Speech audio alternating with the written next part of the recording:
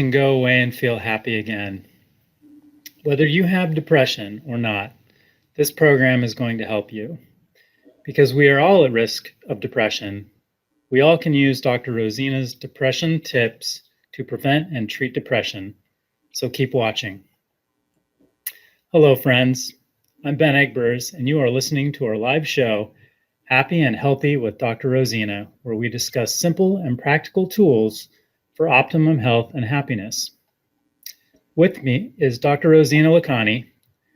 She is an MD psychiatrist, clinical professor at University of Washington, and author of the best-selling book, Stress to Joy.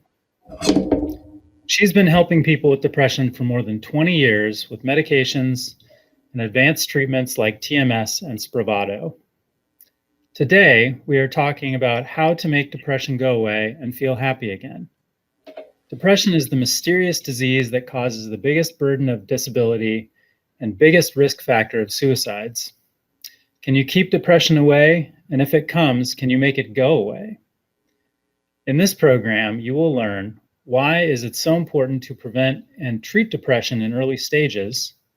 How is depression different from a depressed mood? What can you do to prevent depression? And if you've never experienced depression, or if you have, your depression is in control at this time. What can you do if you have mild, moderate, or severe depression? And we will end our program today with one of the Dr. Rozina specials. If this is your first time, let me remind you that this program is being recorded live. You can ask questions and we will try to address them during the show. If you are listening to the recording of this program, you can still submit your questions in the comment section and we will try our best to respond to your queries. Please let us know in the comments what you would like to learn about depression. So Rozina, Dr. Rozina, can you tell us why depression prevention is so important even for people without depression? Because depression is one of the biggest burden for disability. And one of the biggest risk factor for suicide. And did you know how many people do suffer from depression? How many? So about 20% of the people experience depression sometime. And so if you are like in a group of 5, one of them could be suffering from depression. So either you or somebody you know, your family or friends may be struggling from depression. You may not know because it is so stigmatized and people may not share, or people may not even know that they may be struggling from depression. Their sleep or their irritability or their eating patterns are because of their depression. So it is extremely important that people understand what it is and take steps to prevent and get early treatment. Great. So we're in the middle of this COVID-19 pandemic right now, and I'm wondering, is there an increased risk for those of us who are going through this right now for developing depression? Yes, absolutely. Because of the COVID-19, a lot of our protective mechanisms like social connectedness and strong social support is one of the protective mechanisms that prevents the depression from happening. That is being limited. A lot of other tools, that other actions that we do, our routines, our good nutrition and exercise and work, all those things that help prevent the depression are also limited. And so we are at higher risk, especially people who are, let's say, in healthcare industry. They're facing the illness and afraid of bringing it to their family, so they're kind of pushing, they're doing longer hours. A lot of people are under stress because of financial problems. So a lot of stress can lead to depression, and therefore we are at very high risk. So it has been always important, but it is especially important at this time that we take steps to prevent it from happening and get early treatment if it is happening, so that we can prevent it from worsening or resulting in dangerous consequences. Great, thank you. So, sometimes people say, I feel depressed or sad. Is that the same as far as depression? And is depression the same as feeling sadness or a depressed mood? Well, see, depressed mood is part of your normal emotional fluctuation. So, like something good happens, you feel good. Something bad happens, you feel sad. God forbid you lose somebody or you lose your job or something like that. It's normal and natural to feel depressed for short period of time. if that grief becomes prolonged and you're not able to pull yourself out. So let's say if somebody is just having depressed mood, if this is normal and this is depressed mode, they go down, but then they're able to come out. They're Hmm. able to enjoy the things that are happening around more. So if you have a loss in the family, it's natural not to enjoy things that you used to enjoy before. If it is lasting too long, if it is lasting for more than 2 weeks, and you're not able to pull out, and you're not able to laugh at the things that used to make you laugh, or watching the comedy movie or meeting friends, things that used to make give you joy, if they're not giving you joy, then it is going towards clinical depression. So that's the difference Sure. between depressed mood and clinical depression, and many people kind of use it interchangeably, but there's definite difference in terms of the severity and the length of time it stays and your ability to pull yourself out. Great. Thank you for explaining that. So, if someone is suffering from depression, can they still function? So, for example, doctors, nurses, lawyers, people out there working right now. Yes, yes. And that is the biggest portion of depression. There are a lot of course, depression does affect a person's functioning. But if they're having kind of mild difficulties, their sleep is getting disturbed, but they are able to push themselves out. They're not feeling like laughing or smiling, but they're able to mask themselves, and they don't show. And then they push themselves and do the best. So outside people may think there's no problem, but inside that person is really suffering and they're not able to be the best they could be, or enjoy things, or feel happy inside. Hmm. I see. All right. So, if I don't have depression, is it possible that I can actually prevent depression? Yes, you can. So, in past, we used to believe that depression is biological condition, and once it happens, it happens. If you have predisposition, there's nothing you can do to prevent it from happening. So, 10 years back, Institute of Mental Illnesses came up with a statement that depression is not preventable. You can only treat it. But over the years, there's been more and more studies that have shown that you can actually prevent the first time onset of depression, and delay the onset of depression in people who are likely to have the depression. And so now they have changed their statement that depression can be prevented. Okay. Great. So, and if I do actually have depression, is it possible that I can make it go away if I do? Yes, definitely. 80% of the people who seek treatment get better. But even the people who are having subclinical depression, when they take the steps that we're going to talk a little later, they can make the depression go away, or at least reduce the severity of it, so they can improve their functioning. So, the question I want to know now then is, how do you make it go away? Do you always have to take medication? No, not necessarily. There is a lot of confusion. Like if you go in the media, some people say, oh, okay, if you take, let's say, vitamin D, or you do this yoga, or you do something, you're never going to feel depressed again. And that is not true, because there are 10% of the cases of depression that may happen without any stress, or without any external event. And there's not one pill fix everything. So there are many different types of depression. It also depends on the severity of depression, like is it mild, moderate, severe. And it also depends on the stage of depression, because sometimes you can have depression and then you may not have depression for 10 years. So those 10 years you are like depression free. And so it really depends on how frequently you've had depression in past, and how severe it is, that you may need medications or need psychotherapy or some other advanced treatment. So, it looks like we're going to be talking about the 5 lines of defense against depression today. So, can you tell us a little bit more about that and why this framework in particular? As I was saying, that there's so much outside available that it really confuses people in terms of should they do this or should they do that, and what is the best treatment approach. So to help them clarify, I try to educate my patients to take proactive steps. So one of the patients one time asked me, if she can do something, and I was giving her the tools.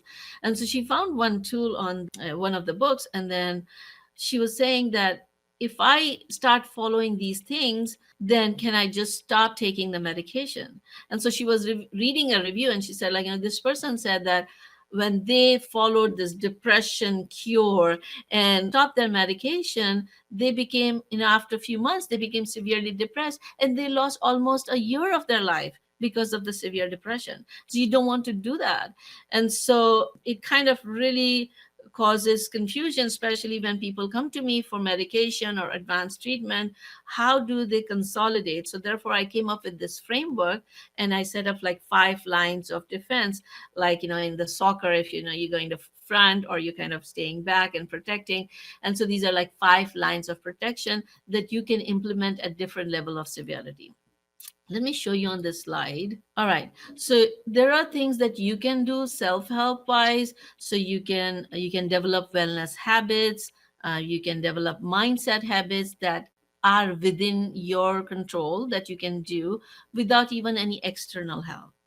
And then there are things that you can do with help. So, in case your depression increases further and it becomes more severe, then you can use psychotherapy as the third line of defense, medications as fourth line of defense, and advanced treatment like ECT, TMS, or Spravato as your advanced treatment. So, first line of defense, I call it wellness. And part of it we discussed last time. So, if you missed the show last week, we'll put the link in the description so you can access, where Dr. Sandra talked about 5 wellness habits, daily wellness habits, and they have studied to show how just following those techniques for 30 days decreased level of depression by 43%.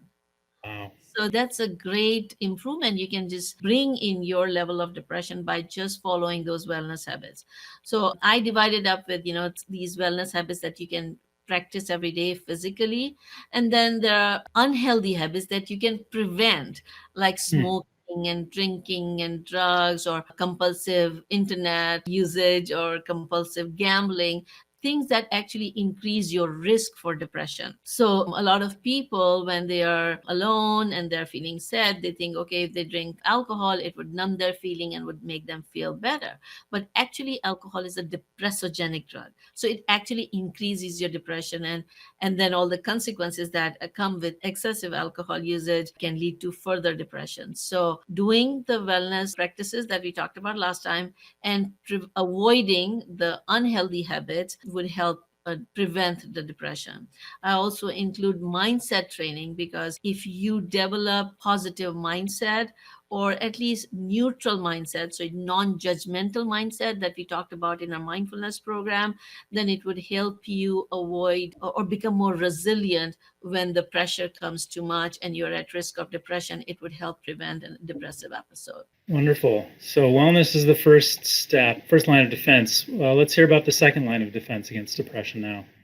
So it will be stress management. So you are, it's like, okay, let me differentiate like this.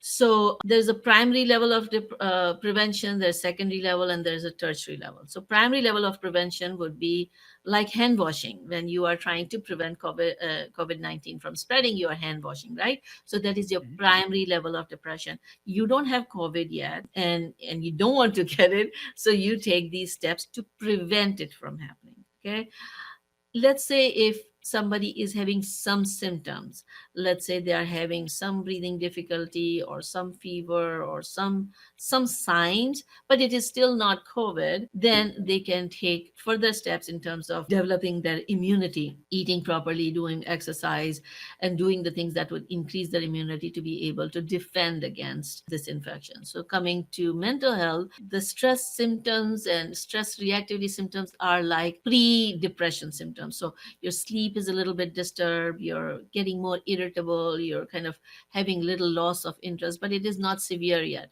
So you're kind of in that stress reactivity mode. And so this is absolutely necessary to take steps to control your stress and develop mindset that would prevent the stress from progressing to depression. And of course, I have written the whole book and done the course and stuff, and we can put the links in the description for people to access. Great, thank you.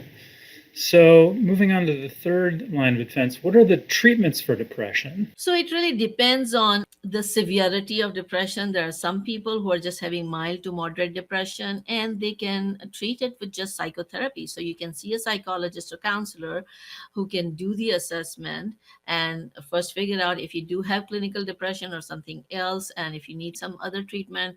Like some people with low vitamin D can present as a depressive person, or somebody who has hypothyroidism. So there are many other reasons that can also present as depression. So once you see a professional, they kind of assess and see where you are. If it is mild or moderate and you want to work in therapy before medication, you work with the counselor or therapist who can help you train your brain to be able to come out of that depression. And so there are many approaches that you can use. The most popular at this point in time is cognitive behavior therapy or psychodynamic psychotherapy, acceptance and commitment therapy. So there are different therapy approaches that could be used by that psychotherapist to help you get over this mild dip that you're going through and avoid it from becoming severe. I see. So going through psychotherapy is much different than just, if I'm depressed and talking to a friend, for example. So, talking to your friend is great. Talk to your friend because that gives you protection against depression. That is something in your hand. So, I said, like, those are the parts of the self help that you can do.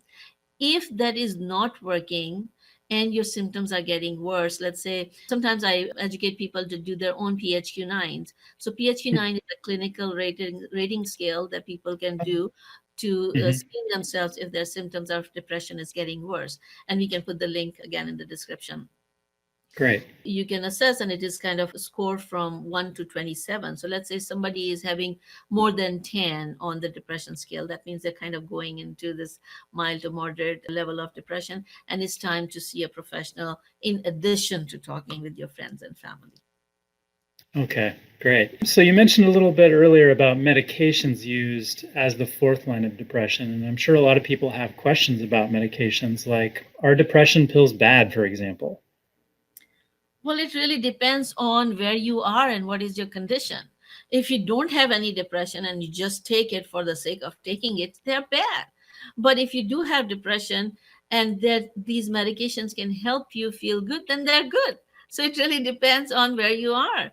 And so if somebody is having moderate to severe depression that is not getting in control with their wellness habits, that is not getting in control with their mind training, with or without psychotherapy, then it is time to take the medications. That is sometimes gives me the biggest joy. A patient comes in and they're crying and they're so depressed, they're not able to enjoy their life, and I give them a simple medication, and a few weeks later they're coming with a smile on their face, and that gives me the greatest joy of my profession. So yes, sometimes these medications are absolutely necessary, and some of them can give you side effect, and because if a medication has effect, it could also have side effects. So it also depends on how your body is tolerating. So sometimes we do some genetic testing where we can see how a body can, if your body is able to metabolize certain medications or not, and that tells us which medication would be appropriate for you or not. And sometimes it's just the clinical picture. When I say clinical picture, it means, some people when they're depressed, they start eating too much, and some Mhm. people start eating too little. Some people start sleeping too much. Some people start sleeping too little. So, depending on their circumstances, if I give somebody a medication that makes them sleepy and they are already sleeping too much, that's not the right match, right? And so that medication is not good for that person. But if somebody is sleeping too much and I give them an energizing medication that wakes them up and they feel better and their sleep goes down to the normal level, then it's a good medication for them. So it really depends on the matching of what your situation is with the right type of medication for you.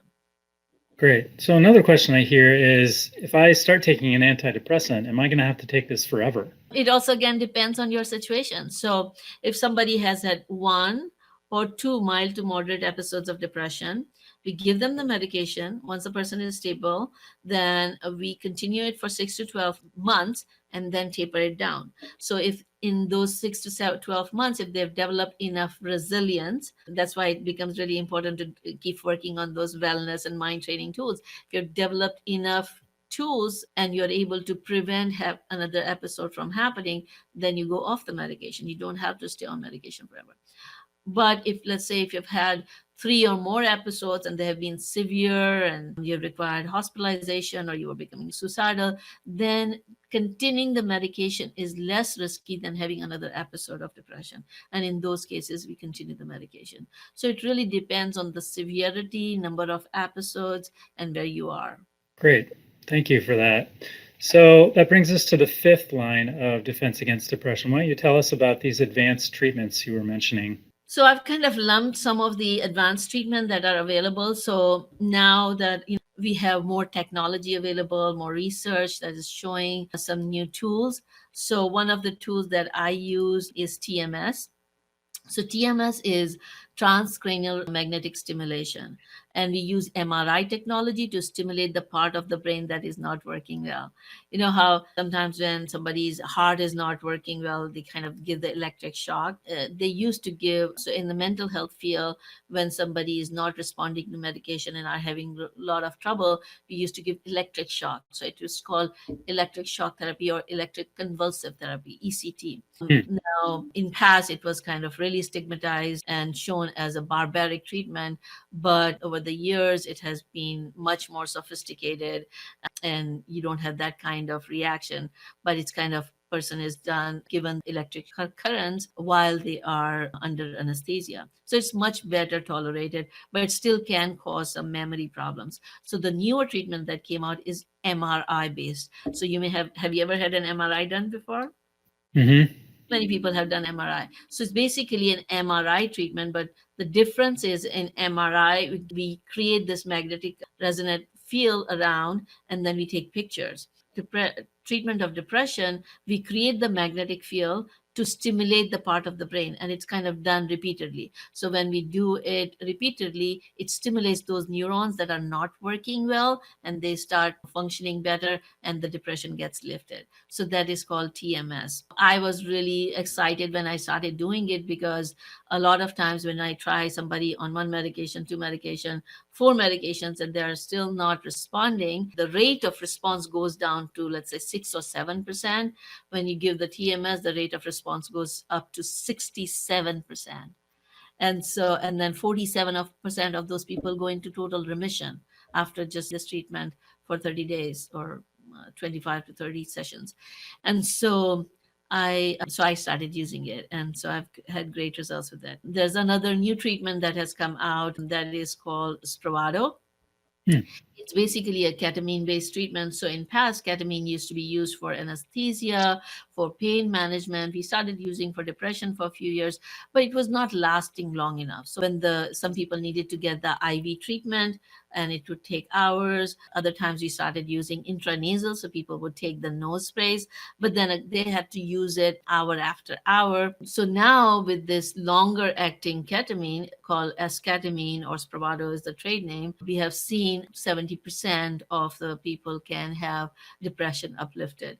It's an expensive treatment, and the person has to stay in the clinic for 2 hours every time they come in. So they come in twice a week for the first month, and then they come in once a week or once every other week, depending on their response rate. If the person is responding, their depression gets better and their suicidal thoughts get better, and that's a great tool. So all these are advanced treatment that we try after we try the other treatment approaches. So like when I say those 5 lines of defense, you don't stop doing the first line of defense if you're doing the fifth line of defense. You still continue to work on your wellness habits, and you still work on stress management, and you also continue to work on psychotherapy, and sometimes you have to continue the medications also when you're doing the TMS or Spravato. But if somebody is doing well, then we try to taper down the medications and try to go to the least amount of medication that keeps the person at the highest level of functioning. Great. Well, thank you for that. We're coming to the end of our program here, and I just wanted to summarize everything, all the great information we've heard today.